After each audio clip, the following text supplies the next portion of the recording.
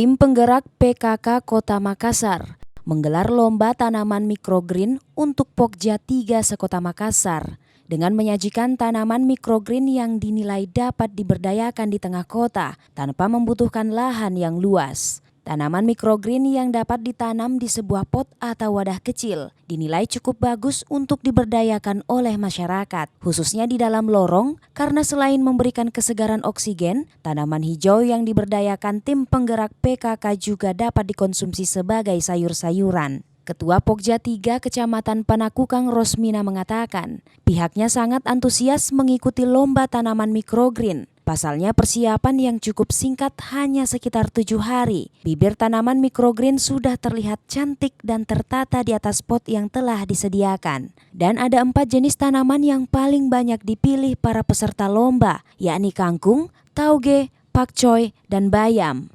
Keikutsertaan kami, antusias kami untuk mengikuti lomba microgreen ini atas keinginan dan keingintahuan mengenai tanaman microgreen. Ada berapa jenis tanaman yang ditampilkan hari ini, Bu? 4. Apa saja itu, Bu? Pokcai, selada, oke. Pada kesempatan ini mengapresiasi Pokja 3 dengan adanya inovasi baru mengenai tanaman microgreen.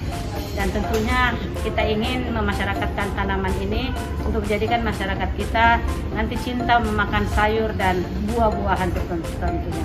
Indira Yusuf Ismail menambahkan, dengan adanya inovasi lomba tanaman microgreen, selain menambah aktivitas harian ibu-ibu dalam lorong, juga memiliki nilai ekonomi jika dapat menghasilkan tanaman microgreen dalam jumlah yang cukup besar. Ira, Fajar TV dan Fajar Radio melaporkan.